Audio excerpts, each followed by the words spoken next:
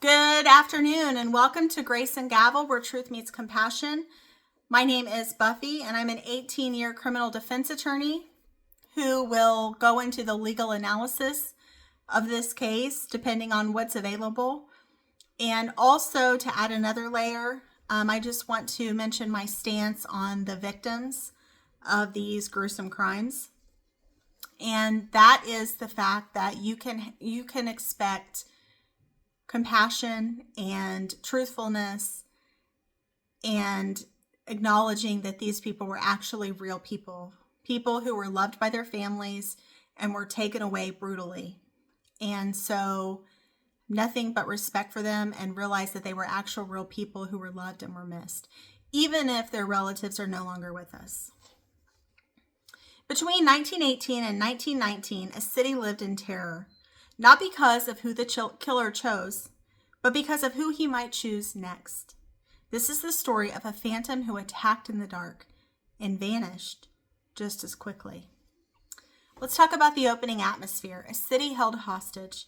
New Orleans, a city alive with heat, jazz, and chaos, suddenly gripped by fear. Between 1918 and 1919, the Axeman of New Orleans wasn't just a murderer. He was a presence, a shadow woven into the creaking of shotgun houses and the humid summer air. Mothers kept their children in bed. Men slept with shotguns propped against their doors. Italian grocers, the Axeman's most frequent targets, took turns guarding one another's homes at night.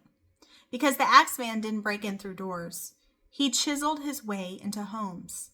He slipped through panels like smoke. He moved silently through rooms while families slept. And when he left blood, chaos, and a mystery that still lives in the bones of New Orleans. Tonight, we revisit that fear and the unanswered question that still haunts this case. Was he a madman, a mob enforcer, or something much stranger? The first confirmed Axeman attack happened on May 23, 1918. Joseph and Catherine Maggio, an Italian-American couple, were found brutally attacked in their bedroom. Their throats had been cut with a razor and their skulls crushed with an axe. The killer didn't bring his own weapon. He used the victim's axe taken from their backyard. This becomes a signature. The Axeman was bold. He left the razor in a nearby tub. He lingered long enough to ransack the house, yet took nothing. There was no robbery, no assault, no clear motive. Just brutality and a disappearing figure slipping into the night. A pattern emerges, Italian grocers. As weeks passed, the pattern became unmistakable.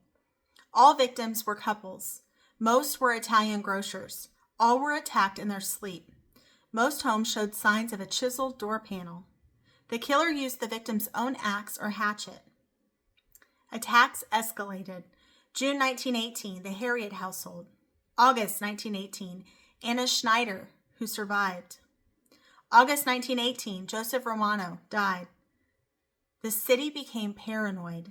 Journalists called the killer a phantom.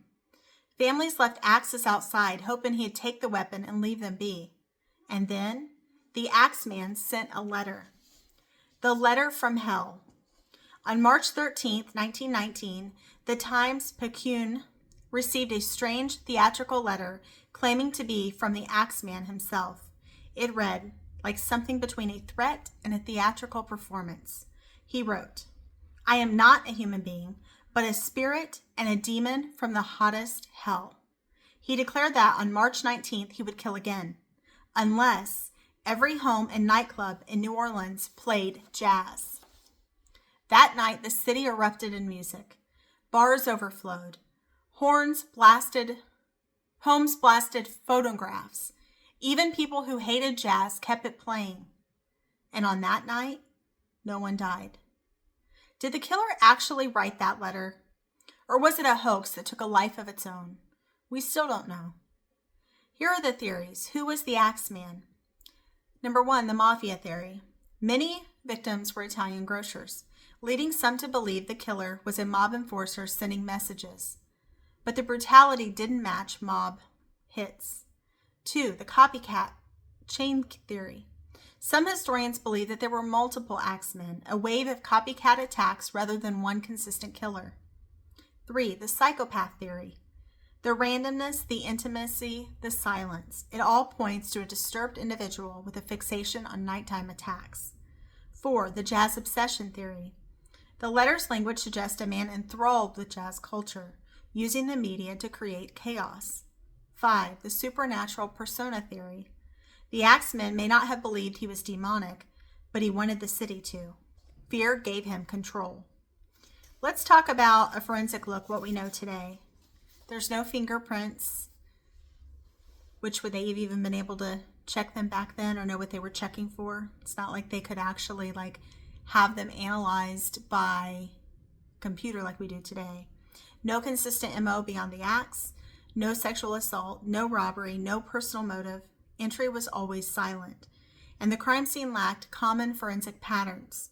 Some investigators now believe the Axeman may have been a transient worker or drifter with a mechanical skill, someone able to quietly chisel panels without waking families. But with no DNA, no surviving witnesses, and no confessions, we're left with speculation. The final attack and disappearance. On October 27, 1919, the final confirmed attack occurred. Mike Papatone. He was found bludgeoned to death. His wife saw a figure fleeing but couldn't identify him. And after that night, the Axeman vanished. No arrests, no sightings, no confirmed murders. A killer who dominated headlines, terrified families, and etched himself into folklore. Gone, like a shadow swallowed by the Mississippi. Let's talk about why this case still haunts us. The Axeman case lingers because there was no closure, and oftentimes as humans, we want closure. The killer controlled the narrative. The jazz letter felt supernatural. The victims were innocent, everyday families. Fear shaped the case more than evidence. It's a reminder that some crimes don't fade, they echo. How this case would be handled today. If this case happened in today's era, entry marks would be analyzed for tool impressions, so then they would be able to figure out what kind of tool he was using. DNA from sweat or skin cells would be swabbed. Grocer networks would be investigated. A geographic profile would be created. Behavioral analysts would build a psych profile, especially the whole from hell thing. The letter would undergo linguistic and forensic document analysis because certain people have different vernaculars and different ways of speaking, which could potentially target where he came from. But in 1918, none of that existed. The Axeman thrived in a world without modern policing. So, in closing, the Axeman of New Orleans, one of America's most haunting unsolved cases. A killer who hid in the shadows, stepped through walls, and chose victims as they slept. A ghost of a man, a phantom of a city, a story we still tell today. If this episode pulled you into the mystery, share it with a fellow true crime lover, and follow along as we dive deeper into America's most chilling, unsolved cases. Once again, I appreciate you tuning in, and I hope you have a great rest of your day and a happy Thanksgiving. Bye-bye.